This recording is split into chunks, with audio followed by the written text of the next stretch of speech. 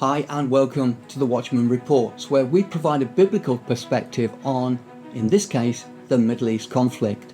This is an extended version of a previous report we gave a couple of weeks ago. So here on the Watchman Report, we try to bring perspective to current news from a biblical standard. Whether it's prophecy or moral and social issues, we highlight Bible teaching relating to those stories breaking on the world stage. In this issue, we examine, is there a solution to the crisis in the Middle East region? In this video, we're going to look at what the Bible has to say regarding the current conflict in the Middle East. As followers of the Lord Jesus Christ, we express no political opinion. Rather, we are looking at what the Bible has to say, because the Bible has a solution to the conflict that is now raging in the area. The media reports for some time now have shown destruction taking place across the Middle East. Conflict between Israel and Iran. The news media have described it in a number of different ways, which reflects the severity as they see it. A new Middle East war. This is just the beginning, warns Israel. Even Britain being reported to be on a war footing, and Iran threatening to attack UK and US bases. Iran itself is under fire, and the whole conflict has the capacity of widening amongst world nations. So what is the solution to the conflict?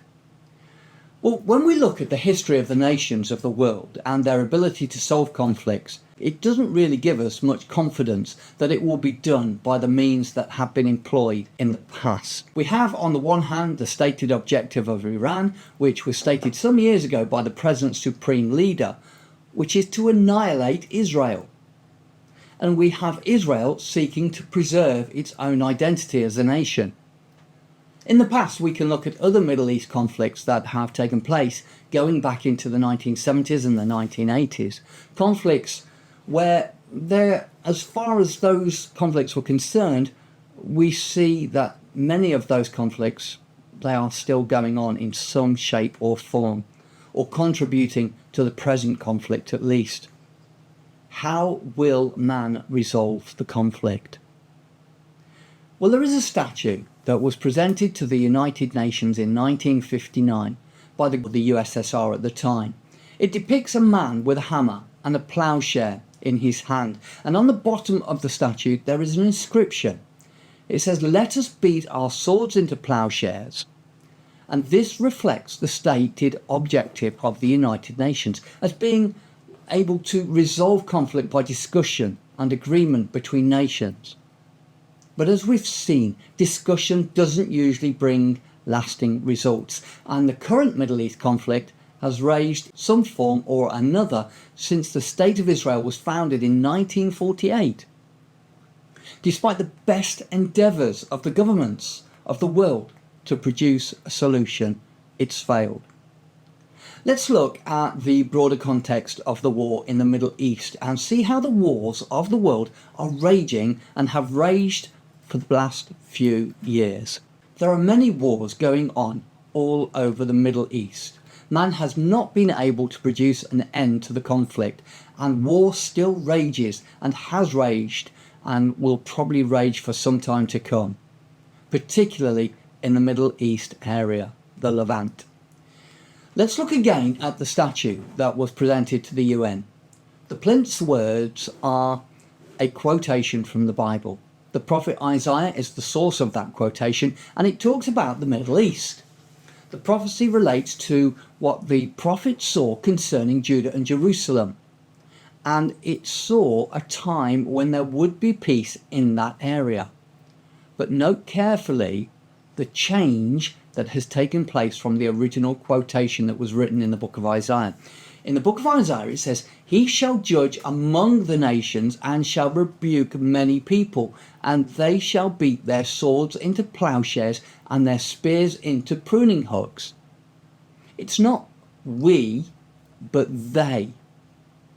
And the quotation shows the reason why this will take place. Because of the intervention of God in world affairs. And that intervention, as can be seen by verse 3, is that God will be setting up his kingdom upon the earth, and there will be a complete change. In fact, the mountains of the Lord, which is in Jerusalem, will be the source of God's teaching to the nations about peace. This is God's solution to world warfare. This is what will happen in order to produce peace. Let's look again at the words of Isaiah.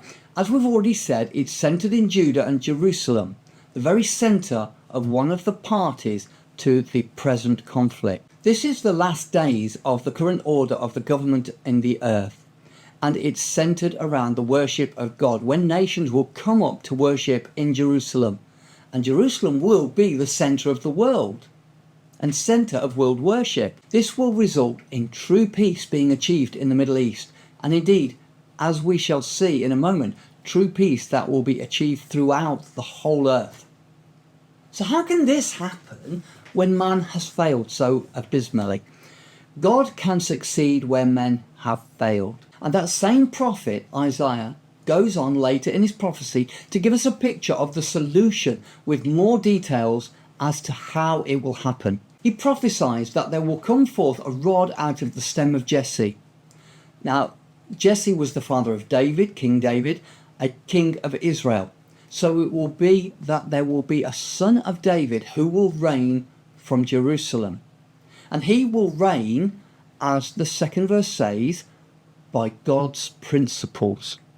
The Spirit of the Lord shall rest upon him, the Spirit of wisdom and understanding, the Spirit of counsel and might, the Spirit of knowledge and the fear of the Lord. It's totally different to the rationale behind the rulers of the earth at this present time. And with righteousness he will judge the poor. There will be perfect justice for all. And he predicts a time when the peace on earth will not just be between nations, but it will be so complete that it will relate also to the animal kingdom. We read, the wolf shall dwell with the lamb, and the leopard shall lie down with the kid, and the calf and the young lion and the fatling together. A little child shall lead them. And what does he say? They shall not hurt nor destroy in all my holy mountain, for the earth shall be full of the knowledge of the Lord as the waters cover the sea. It is totally different. It's total peace. And it's based upon God and God's intervention in world affairs by the return of his Son, who is also the Son of David, the Lord Jesus Christ. The Bible shows that the solution to the conflict that is ongoing at the present time. But what about the nations of the earth? What are the people thinking about this conflict? When we look at our media reports, we see that there are forecasts that this conflict could get even worse, and whether it does or it doesn't at this present time, it shows the fear that men have of it worsening. It's reported that the full might of the US is ready for entry into this conflict. It talks about the broadening war between these nations. It describes it as a world crisis.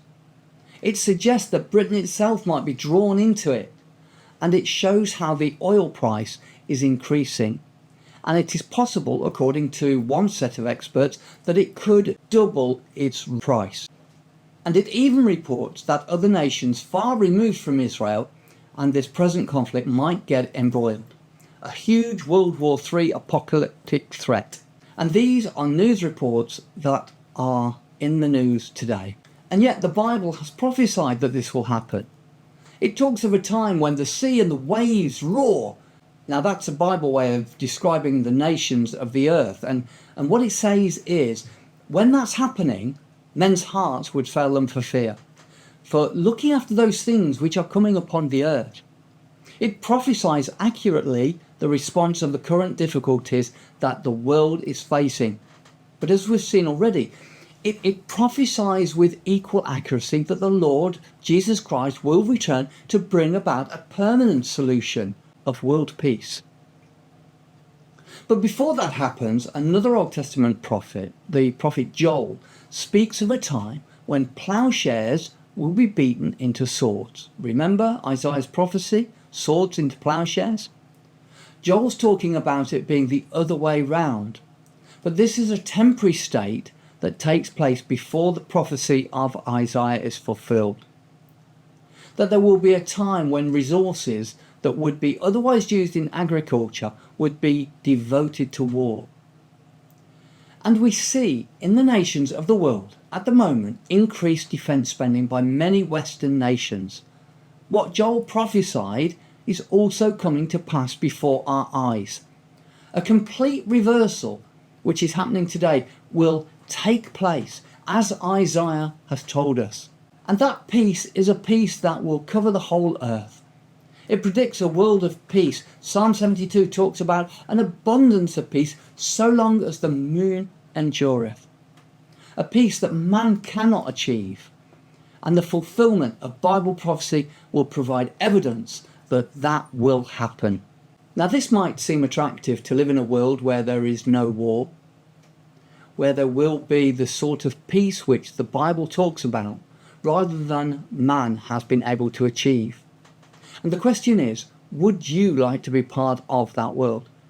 Well, the Bible tells us how that can happen. And if you'd like to know more about world peace, and perhaps you'd like to know how you could be part of that world that will have peace and have it eternally, we hope that this video has provided some clarity to the situation that is causing so much concern amongst the nations. We would encourage you to subscribe to our Watchman Reports playlist and other videos as they appear on our YouTube channel. Don't forget to like, share and subscribe, and drop us a comment in the comments area below to have your say. We love to hear your thoughts. Make sure you follow our playlist and never miss a new report. So until next time, God willing, this has been the Watchman Report. Thank you for watching, and click here for more reports. Don't forget to hit that like button. It really helps the channel grow. Drop a comment in the comment section and let us know what you thought. And make sure you subscribe and turn on notifications so you never miss a new upload. Please share it and spread the word. Thanks for watching, and remember to come back soon.